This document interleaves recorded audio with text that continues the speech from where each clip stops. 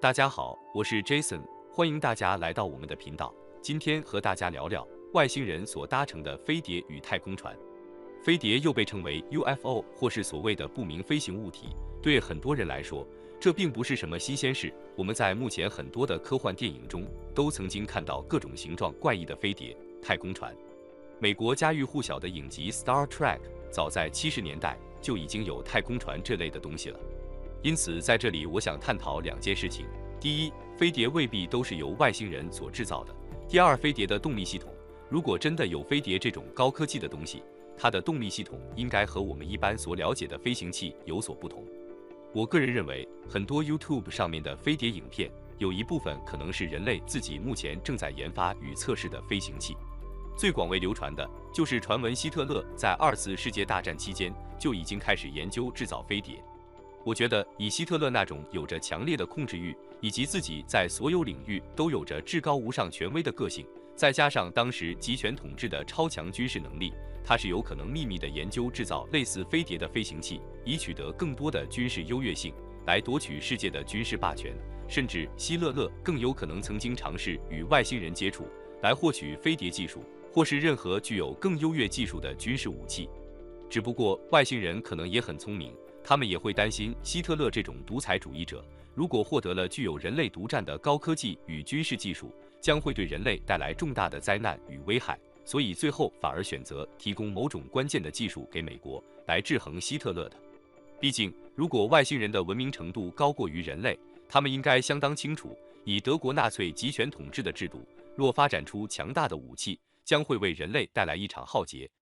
除了希特勒曾经有研究过相关的飞碟技术之外，其他任何军事强国，例如苏联、美国，甚至日本，应该都有可能研发所谓的飞碟技术。毕竟，传统的飞机是使用流体力学，利用对空气的浮力与推力来飞行。以目前世界上最快的飞机是美国制造的 X-43，其最快速度可以达到8.4倍音速。虽然美国也曾经发展过更快的猎鹰号 HTV-2，最高速度可以达到20倍音速。但美国军方在飞行进行9分钟时，便失去对飞机的控制，强制引导飞机坠入太平洋。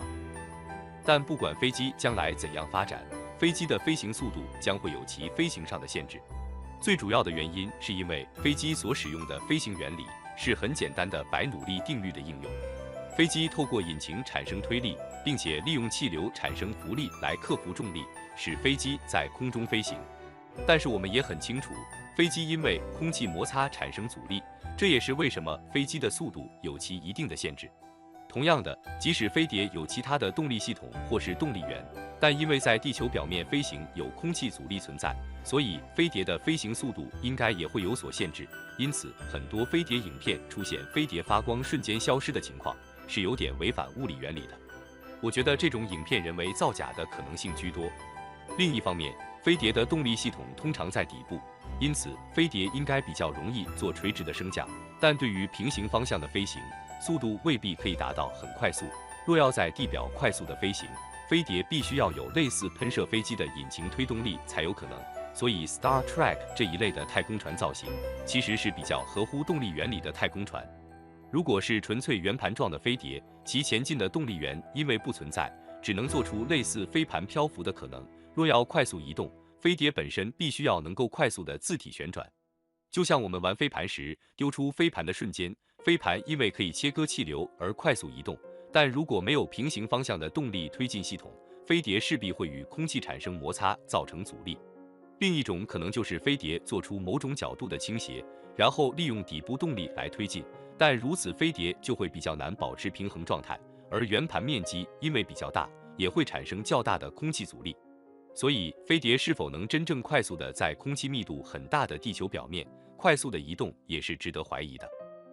当然，我个人认为，飞碟的动力系统可能不是利用传统的气流推进原理。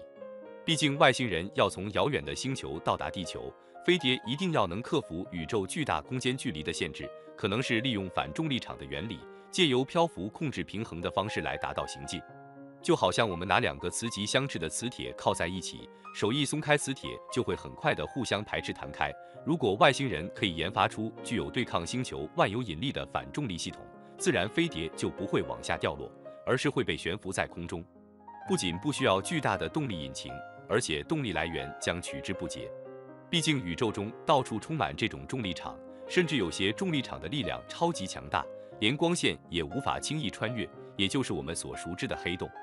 如果外星人可以利用宇宙中各种恒星与黑洞的引力作为吸盘，类似我们小时候玩弹弓的原理，透过累积重力场的吸引力来储存动能，然后瞬间释放而产生向前迈进的力量，那么飞碟就可以快速的在没有空气阻力的太空中高速移动。至于接近星球表面的时候，只要适度的控制反重力的程度，自然可以轻松的在各个星球表面移动与漂浮。不过，这种利用反重力作为动力的系统，毕竟还是依据物理原理，其飞行速度可能也很难达到非常高速，充其量能接近光速的1%就已经很了不起了。而且在高速飞行中，如果碰撞到任何宇宙陨石都是很危险的。如此飞碟要克服远距离的飞行，还是有其困难存在。因此，这让我想到家喻户晓的卡通人物小叮当。有一个神奇宝贝任意门，可以自由穿梭在任意的时空当中。如果宇宙真的有所谓的时空通道，那么透过时空通道来快速穿越远距离的太空旅行，应该就是最有可能的。这里有2点，我们可以想象一下。我们都知道地球是圆的，所以从地球上的某一个地方要到另一个地方，有时候向东走可能会绕了地球一大圈，反而向西走可以缩短距离10几倍。这是因为地球是一个曲面，2点之间最近的距离，有时候必须认清方位才可以确认。同样的情况拿到宇宙与太空中来说，我们目前对宇宙的实际面貌以及真相所知仍然有限。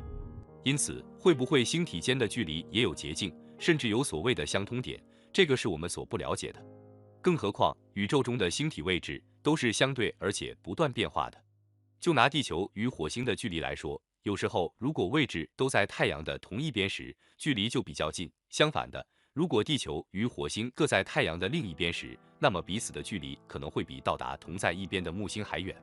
所以，要在浩瀚无垠的太空中飞行，我们可能必须抛开传统飞行器的想法，而类似于小叮当这种空间穿越的方式，应该才是最有可行的。根据一位曾在美国51区工作过的工程师鲍勃·勒萨揭秘，外星人飞碟的动力来源是一种地球上不存在的重金属元素115。元素115又叫 Ununpentium， 是一种超级重金属。一个飞碟上只需要很少的元素115就可以产庞大的能量。元素115在质子轰击下产生反物质，然后反物质被直接输送到飞碟尾管和一种气体相融合。气体物质与反物质相互湮灭后，全部转化为能量，并通过热能转化机转化为电能，同时创造出飞船自身的重力场与地球的重力场相互作用而驱动飞船。由于115元素的核子力场被放大，扭曲周围的重力场，相关空间与时间场随之扭曲，这样飞船就可以缩短空间的距离。据勒萨解释，我们可以把时空想象成一张橡皮床单。想象一下，外星人在太空中，他们会将3个重力场放大器对准他们想要去的地方。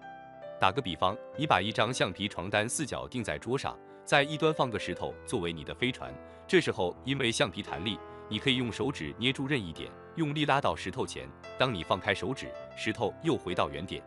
同样的，飞碟也是将远处空间的一点，利用重力场放大器将空间扭曲，把远处的空间拉到飞碟跟前。当飞碟关闭重力场时，飞碟就会随着被拉伸的空间回弹到初始位置。所以，飞碟穿越太空中，并不是在空间中直线运动，而是弯曲时空后，随时空一起回卷。如果勒萨所言属实，那么飞碟要在很短时间穿越远距离的太空位置，就变得很容易了。说不定，地球上很多的飞碟，可能就不完全是外星人制造出来的。只要外星人愿意提供关键的元素与技术给我们人类，人类也有可能研发制造出飞碟与太空船。目前只是碍于时机未成熟，人类可以制造远距离穿越的太空船或飞碟的秘密，而被保留在政府机关或是特殊的研究机构内。就像现今普遍使用的液晶荧幕，其实早在1960年代就已经有了 LCD 的概念，到了1973年就由夏普制造出来。可是 LCD 真正的普及与广泛应用，却是等到了2000年以后的事情了。说不定哪一天，人们乘坐太空船穿梭于月球与太阳系各大行星之间，或是到更远的太阳系外的银河系去旅行，可能都不是梦想吧。不过，以上只是 Jason 个人的猜想而已，仅提供大家参考。好了，今天的节目先到此告一段落，在下一期的视频，我们会来聊聊，如果真的有外星人，那么外星人来地球的目的是什么？敬请期待。另外，也欢迎大家留言，告诉我们您感兴趣的话题，我们都会考虑制作相关的节目。最后，也请喜爱我们频道的朋友们给予鼓励、点赞与分享，谢谢您，再会。